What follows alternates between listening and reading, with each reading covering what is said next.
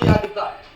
ಮನ್ಸೂರ್ ಅಲಿ ಖಾನ್ ಒಂದು ಹಂತದಲ್ಲಿ ಗೆದ್ರು ಅನ್ನೋ ಕನ್ಕ್ಲೂಷನ್ಗೆ ಬರುವಂತೂ ಅವರಿಗೆ ಏನು ಮುನ್ನಡೆ ಇತ್ತು.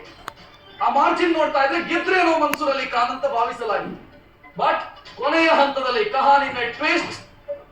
ಅವರಿಗೆ ಅವರ ಪ್ರಾಬಲ್ಯದ ಒಂದಿಷ್ಟು ಕ್ಷೇತ್ರಗಳಿದ್ದಾವೆ, ಬಿಜೆಪಿ ಪ್ರಾಬಲ್ಯದ ಒಂದಿಷ್ಟು ಕ್ಷೇತ್ರಗಳು, ಅಲ್ಲಿ ದೊಡ್ಡ ಮಟ್ಟದಲ್ಲಿ ಲೀಡ್ ಸಿಕ್ಕಿದೆ. ಇಲ್ಲಾಗಿರುವಂತ ಸಮಸ್ಯೆ ಇತ್ತಲ್ಲ ಅಥವಾ ಇಲ್ಲಾಗಿರುವಂತ ಕಡಿಮೆ ಏನು ಬಂದಿತ್ತು ಅದನ್ನ ಇಲ್ಲೇ ಅವರು ಕವರ್ ಮಾಡ್ಕೊಂಡಿದ್ದಾರೆ. ಪರಿಣಾಮ ಪಿ ಸಿ ಮೋಹನ್ 40,000 ಲೀಡಲ್ಲಿ ಗೆದ್ದು ಬಿದ್ದಿದ್ದಾರೆ. ಪಿ ಸಿ ಮೋಹನ್ ಇದು 2ನೇ ಸಲ ಇರಬೇಕು ಈ ರೀತಿಯ ರಿಸಲ್ಟ್ ಅನ್ನ ನೋಡ್ತಾ ಇರೋದು. ಅಂದ್ರೆ ಕೊನೆಯ ಹಂತದಲ್ಲಿ ಅವರಿಗೆ ಲೀಡ್ ಸಿಗೋದು. ಈ ರೀತಿಯ ರಿಸಲ್ಟ್ 2ನೇ 3ನೇ ಸಲ ನನಗೆ ಗೊತ್ತಿರೋ ಹಾಗೆ. ಅಂದ್ರೆ ಸೋಲ್ತಾರೆ ಅಂತ ಆಗಿರುವಂತ ಪಿ ಸಿ ಮೋಹನ್ ಏಕಾಏಕಿ ಲೀಡ್ ಪಡ್ಕೊಂಡು ಗೆದ್ದು ನಿಂತಾರೆ. ಮಹದೇವಪುರ, ಸಿ ವಿ ರಾಮನಗರ ಈ 2 ಕ್ಷೇತ್ರದ ಇವಿಎಂ ಓಪನ್ ಆಗಿದ್ದ ತರ ಲೀಡ್ ಪಿ ಸಿ ಮೋಹನ್ ಅವರಿಗೆ.